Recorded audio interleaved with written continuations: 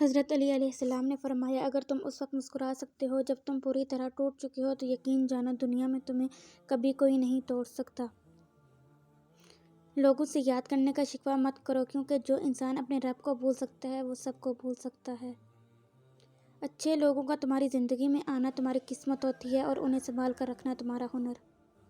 اپنا سر اونچا رکھو کہ تم کسی سے نہیں ڈرتے، لیکن اپنی نگاہیں نیچی رکھو تاکہ پتہ چلے تم ایک باعزت گھرانے سے تعلق رکھتے ہو۔ جب طاقت زیادہ ہو جاتی ہے تو خواہش کم ہو جاتی ہے۔ دوست کے ساتھ اس نمک کی طرح رہو جو کھانے میں دکھائی نہیں دیتا، لیکن اگر نہ ہو تو اس کی کمی بہت محسوس ہوتی ہے۔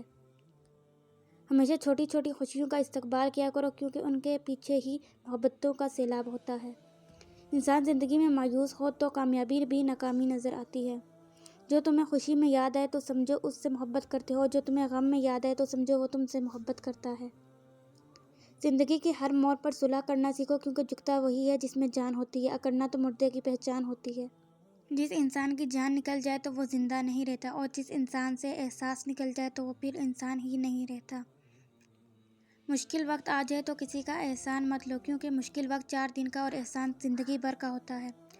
جاہل نہ تو اپنی کمزوری کو سمجھتا، نہ تو نصیحت کرنے والوں کی باتوں کو قبول کرتا ہے۔ تمہارا بدترین دوست وہ ہے جو تمہاری غلط بات پر راضی کرے۔ اپنے دوست کے دشمن سے دوستیاں مت کرو، ایسا کرنے سے تم اپنے دوست کے دشمن بن جاؤ گے۔ ڈر ناکامی سے ملا ہوا ہے۔ انسان کو اچھی سوچ پہ وہ انعام ملتا ہے جو اس سے اچھے اعمال پہ بھی نہیں ملتا، کیونکہ سوچ میں دکھاوا نہیں ہوتا۔ دوستی کا بھرم صرف وہ لوگ رکھ سکتے ہیں جن کے وجود میں سمندر جتنا دل ہو۔ علم تمہیں راہ دکھاتا ہے اور عمل تمہیں مقصد تک پہنچا دیتا ہے۔ علی علیہ السلام سے کسی نے سوال پوچھا کہ انسان برا کب بنتا ہے؟ فرمایا، جب وہ اپنے آپ کو دوسروں سے اچھا سمجھنے لگے۔ کسی بے قصور پر بہتان لگانا یہ آسمانوں سے بھی زیادہ بھاری گناہ ہے۔